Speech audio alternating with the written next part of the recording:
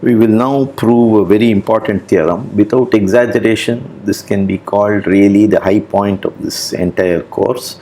This is the most important and most applied theorem in measure theory, in my opinion. So we are now going to prove the following theorem. This is called the dominated convergence theorem.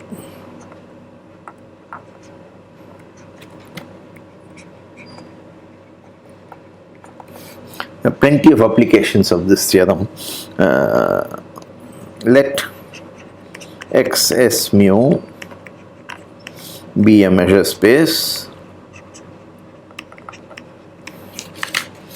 Fn a sequence of complex valued, because it in both real and complex integrable functions.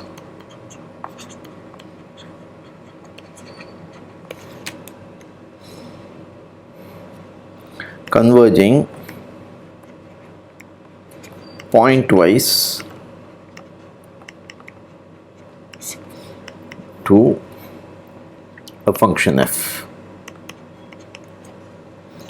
Assume further for all x in x, for all n in n, mod fn x is less than or equal to gx, where g is a non-negative integrable function. So this is where the dominated convergence, the name comes from. Convergence because Fn converges to f pointwise, and it is dominated because Fn of x is less than or equal to g of x for all n, okay, and for all x. So it is dominated by this function g, and hence the name dominated convergence theorem. Then f is integrable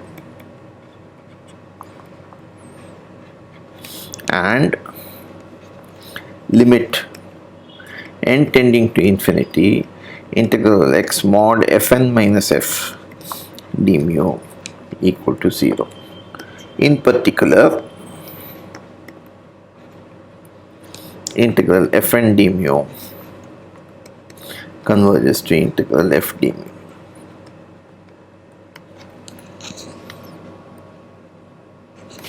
So proof.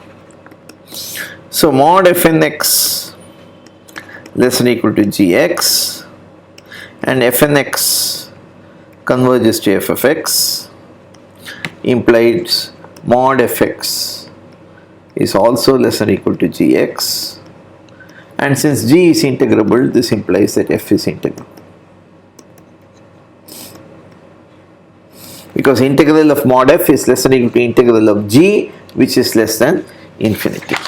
And also you have that mod integral over x fn d mu minus integral over x f d mu, this is equal to mod integral fn minus f d mu over x, and what we proved last time is this is less than or equal to mod fn minus f d mu. Therefore star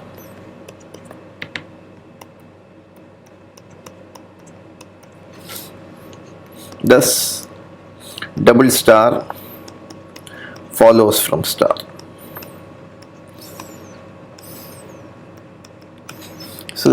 So it's enough to prove star, okay. Integral mod fn minus f goes to 0.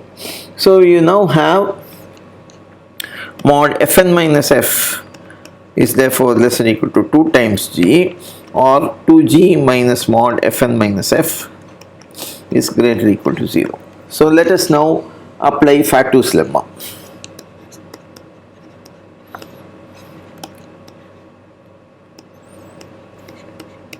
So what is the lim min for this function? This is in fact 2g minus mod fn minus f converges to 2g.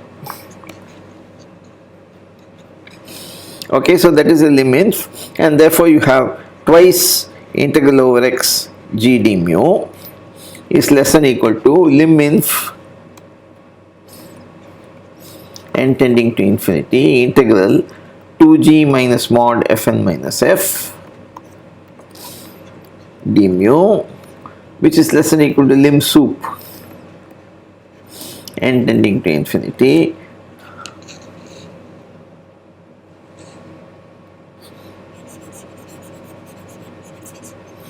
which is equal to, you have lim inf of difference in, this one is a constant, so this twice integral g d mu over x minus lim inf of minus something is minus lim sup n tending to infinity integral mod fn over x mod fn minus f d mu. Now integral g d mu over x is finite, and therefore from this we can cancel. So since something is finite, I can cancel on both sides, and therefore this implies that integral lim sup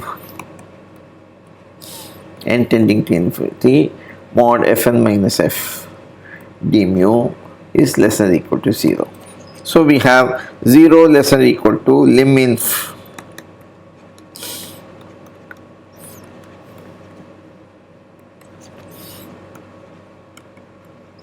d mu, which is less than or equal to lim sup n tending to infinity integral over x mod fn minus f d mu, and that we have shown is less than or equal to 0, and that proves star. So this is the dominated convergence theorem. Okay, now remark.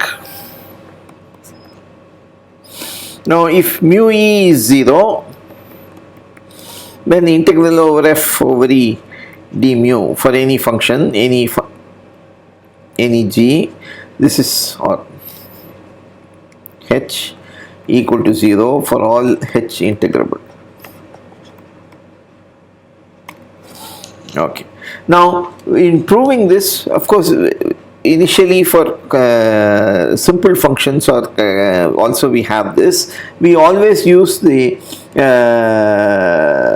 convention that 0 into infinity is 0. This is for consistency. Okay, so even if the function is infinite, if the set has measure 0, it is this. If the set has measured infinity and the function is 0, then also the integral is 0. We have used this convention tacitly.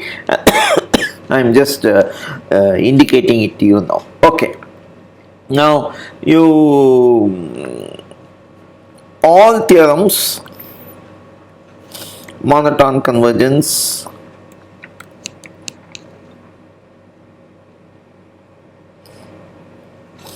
dominated convergence, valid if fn goes to f almost everywhere. So you take e, mu e equal to 0, and fn goes to f on e complement, then you work with x minus e and prove these theorems, and adding the integral over e doesn't change anything because the integral over e is automatically 0. So all theorems are valid even if fn converges to f almost everywhere. Example,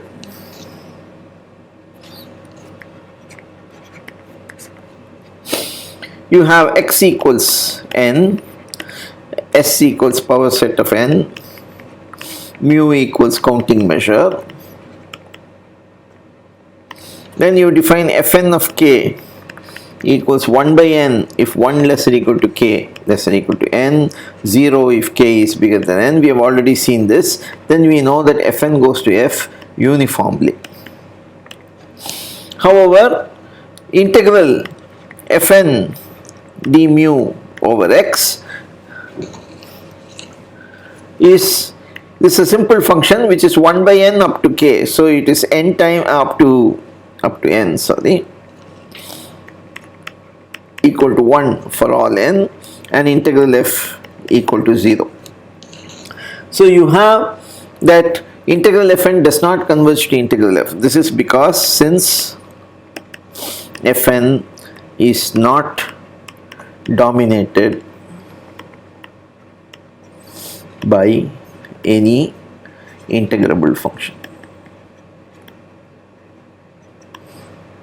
because as n tends to infinity, you have 1 by n is increasing up to n, okay. So you cannot have a function. So if you want a function to dominate the entire thing, it should be non-zero on the entire real line with constant value, and that is not possible, okay. So that is why this is not working, okay. So this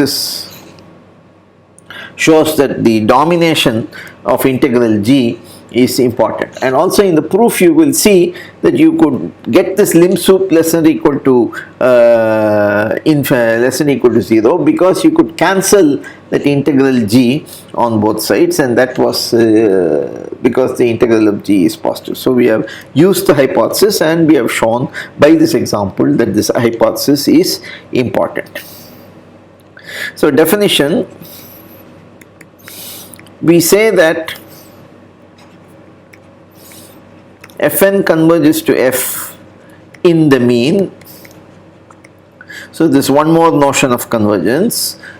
If integral over x mod Fn minus f d mu equal to tends to 0.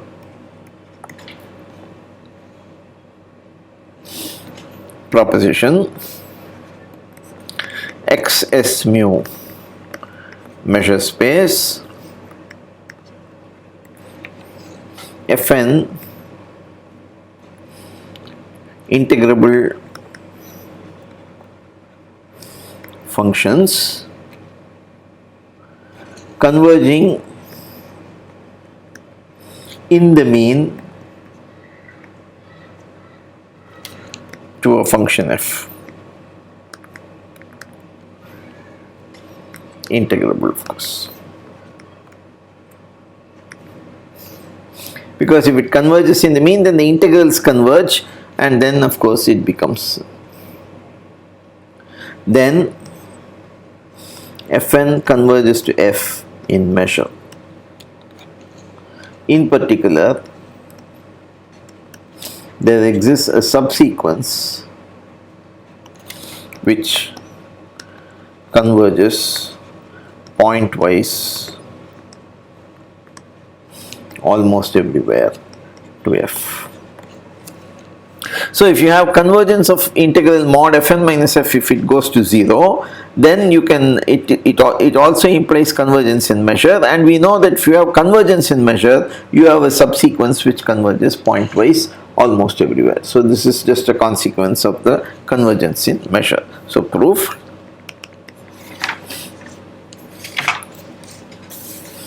So we have to check convergence in measures. So epsilon greater than or equal to 0. So En epsilon equals set of all x in x, such that mod Fnx minus fx is greater than or equal to epsilon. So to show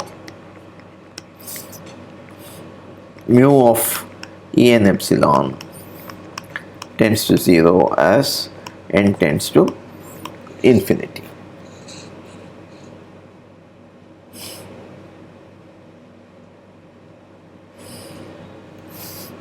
So we have integral over x mod Fn minus f d mu is definitely bigger than or equal to integral over En mod Fn minus f d mu, and that on En, Fn minus f is greater than or equal to epsilon. So this is greater than or equal to epsilon times measure of En, because this integrand is greater than or equal to epsilon. So this is greater than epsilon times the integral d mu over En, which is just measure of En, and therefore this implies that mu of En is less than or equal to 1 by epsilon times integral over x mod Fn minus f d mu, and that we know goes to 0 as n tends to infinity, since Fn converges in the mean. Okay. So now we give another result, which is a generalization of the dominated convergence theorem. So theorem excess mu measure space, Fn sequence of integrable functions.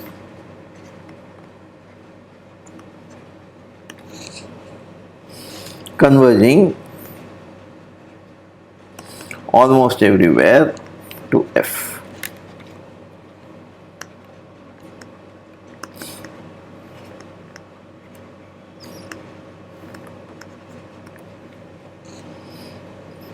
For all x in x and for all n in n, assume mod Fnx is less than or equal to Gn of x, where Gn is a non-negative integrable functions.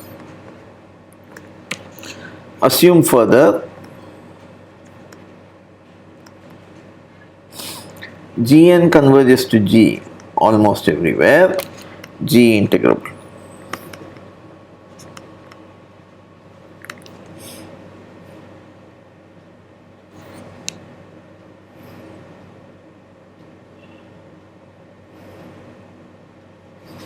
Finally,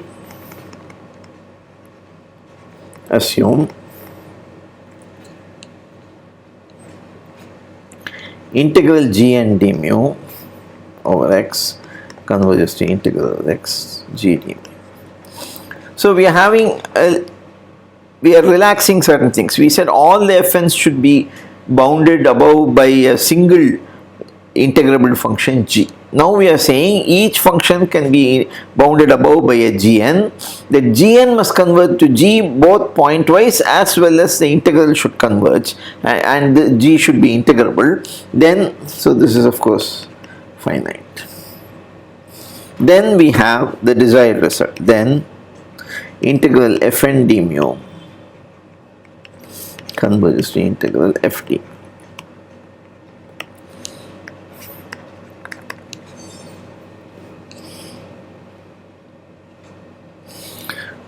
So for every n, for every x, we have gn plus fnx is greater than or equal to 0, and gn minus fn is also greater than or equal to 0, since mod fn is less than or equal to gn. So again apply Fatou's lemma. So integral, so what is the limit of gn minus fn? It is g minus f. So g minus f d mu over x less than or equal to lim inf of integral gn minus fn d mu, and gn integral converges to g. So this is equal to integral g d mu over x minus lim sup integral fn d. Similarly, integral over x g plus f d mu is less than or equal to lim inf integral over x gn plus fn d mu, which is equal to integral over x g d mu plus lim inf integral over x fn d.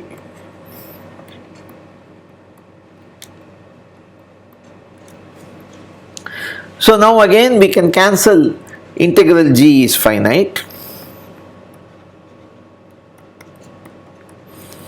and therefore we get, you can cancel this, so you get integral f d mu over x is less than or equal to lim inf integral fn d mu, which of course is less than or equal to lim sup n tending to infinity integral fn d mu.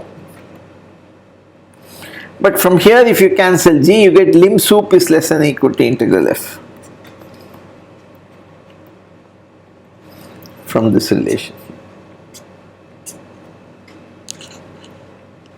and therefore you have a sandwich. Integral f d mu sandwiches both lim inf and lim sup. So this implies that limit n tending to infinity integral f n d mu equals integral x f d.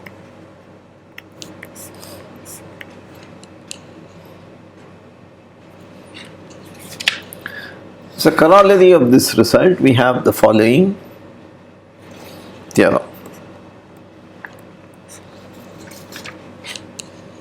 Let x s mu be a measure space. Fn f integrable Fn converging to f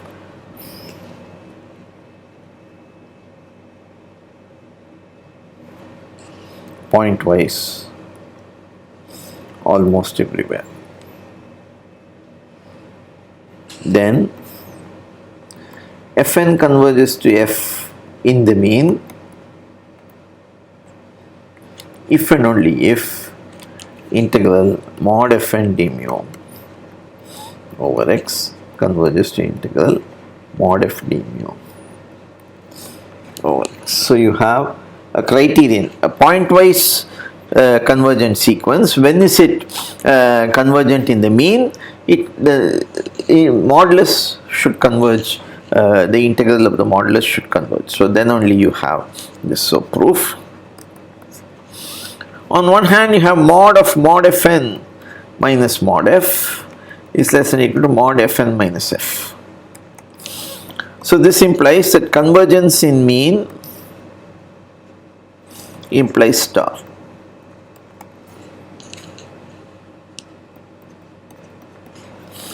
Because if you integrate modulus of this, therefore if you have convergence in mean, automatically you have star. Okay, now assume star is true. Conversely, assume star is true.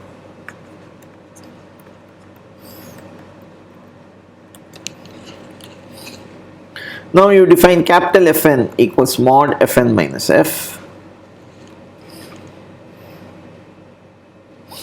and this goes to 0 almost everywhere.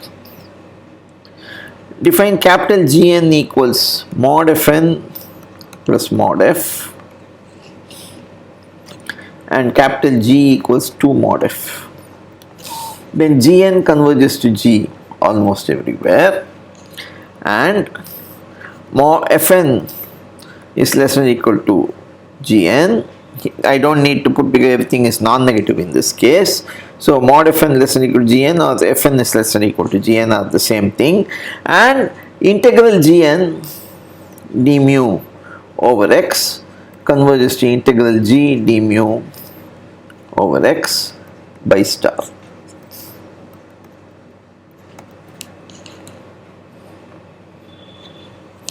Thus, by previous theorem, previous proposition, generalized dominated convergence theorem, integral Fn d mu over x goes to 0, that is Fn converges to f in the mean.